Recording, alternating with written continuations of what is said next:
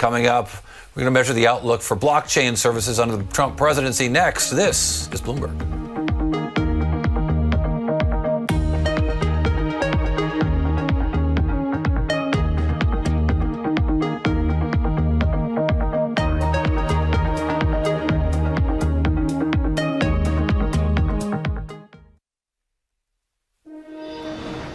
All right, now back to the Goldman Sachs Technology Conference in San Francisco. Blockchain, big at this year's conference. Among the most important players, Ripple. The San Francisco-based company uses blockchain to settle financial transactions between some of the world's biggest banks. Caroline Hyde is still there, standing with a guy named Brad Garlinghouse, who's also a former AOL executive and author of the infamous Yahoo Peanut Butter Memo. Caroline? He is a man that you know well, Corey, and I'm just sat opposite him right now. Of course, Brad, we're just hearing about potentially the fact that all of this, when we're looking at blockchain, is potentially in hype mode. Are we overhyping blockchain? When does it become a part of everyday lexicon? When do all banks adopt it? Well, I think there's parts of what's going on with blockchain that are overhyped. It's not necessarily a solution for everything, but there are examples where it's a perfect use case. It's a perfect solution for payments, for example. You have two people trying to settle a transaction without the risk of the central counterparty. You could do that with blockchain today. Ripple has been fortunate. We now have 10 production accounts. We announced the third largest bank in India last month, as well as the largest bank in the Middle East going into production. What about new clients? What about international expansion? What about being adopted en masse? Is that something that you foresee, or will you not be able to get into all banks because they'll see a conflict of interest here? Well, we work with about 90 banks worldwide today. We've announced 10 of those production contracts. It's certainly there's about 8,000 SWIFT-enabled banks and almost 20 to 30,000 banks around the world, so we've got a long way to go. But we also think that we're clearly solving a real problem around cross-border payments. It's amazing how much friction there is and how much time it takes to send a payment that's your own money. Don't I know it? I'm a Brit in the US. It's painful. Well, I make the joke, and even on your show, it's easier to send $10,000 by taking it with you on a plane than it is to send it through the banking system. We're solving that, and I think in the future, you're really going to see the banking sector compete with the Alibabas and the Amazons and the Googles, and they need to be able to compete on a level playing field with next generation technology like blockchain solutions. Interesting that you're talking about competing with some of the tech giants there. I want to understand how this competitive landscape works in your mind's eye, because you mentioned SWIFT-enabled banks there.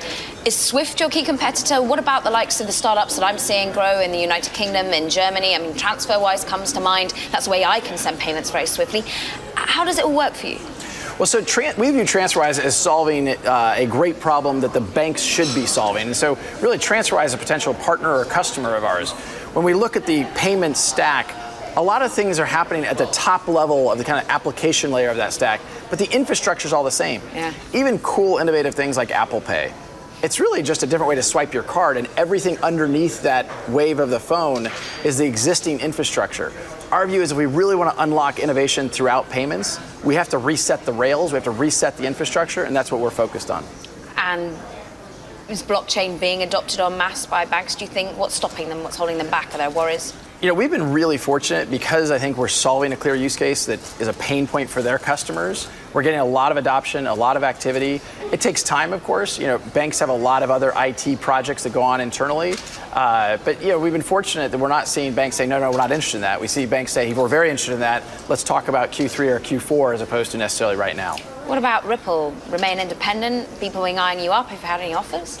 We've had a great run, and certainly as I think blockchain has become more hyped, frankly, we get more and more interest and attention. But right now we're focused on the customer. And if we can deliver on that, continue to deliver more customers and solve more of their problems for their customers, we'll be in a good place regardless of how we choose to see the future unfold. I mean, I know you don't deploy Bitcoin. That's one type of cryptocurrency that uses a blockchain.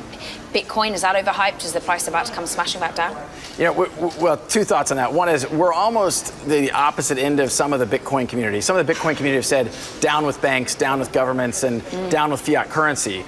We take a view that banks are going to be at the heart of this internet of value, where value can move the way information moves today.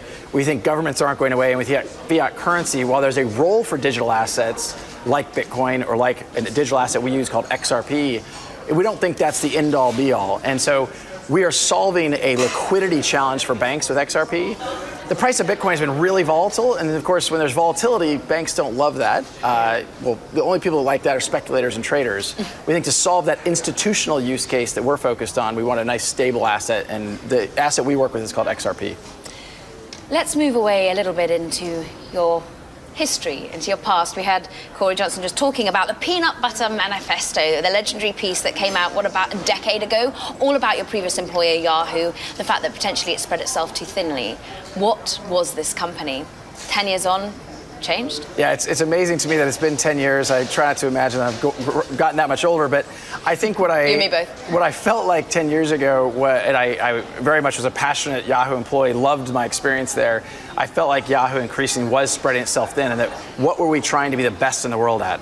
And whether you're Yahoo or frankly any other company, I think you have to understand what your true north is. What is the primary problem you're solving for your customers? And I think Yahoo is trying to be a lot of things. Were they a search company, a mail company, a media company, an advertising company? And they were okay or maybe kind of good at a lot of those, but not great at any of them. And then Google comes in and steals search, and other companies come in and steal mail, and other companies come in and steal media. And I think Yahoo could have and probably should have been more focused and more concentrated about what they wanted to be great at for their customers. And now another company comes in and steals Yahoo, buying it, Verizon. Potentially, it's not even gone through. Do you think this deal will go through, and do you think they'll be able to get value from what Yahoo's consumer base is? I think it'll probably go through. I think obviously it's been a rough ride for the Yahoo team, and they've had some security breaches that have caused some turbulence there. But I think there is great synergy in putting Yahoo and AOL together. It's something that Tim Armstrong has been excited about for a long time. And I think that there's real value to be created there. And Tim did a great job with AOL, and now part of Verizon. But I think he can continue that by putting those two assets together. Two assets that you previously worked for. It's great to have you on. Thank you so much. A great conversation. None other than Brad Garlinghouse, of course, Ripple CEO. Corey, to you. Thank you very much, Caroline Haddad and Brad Garlinghouse, of course, as always. All right, coming up next, we're going to hear from the man who helps you settle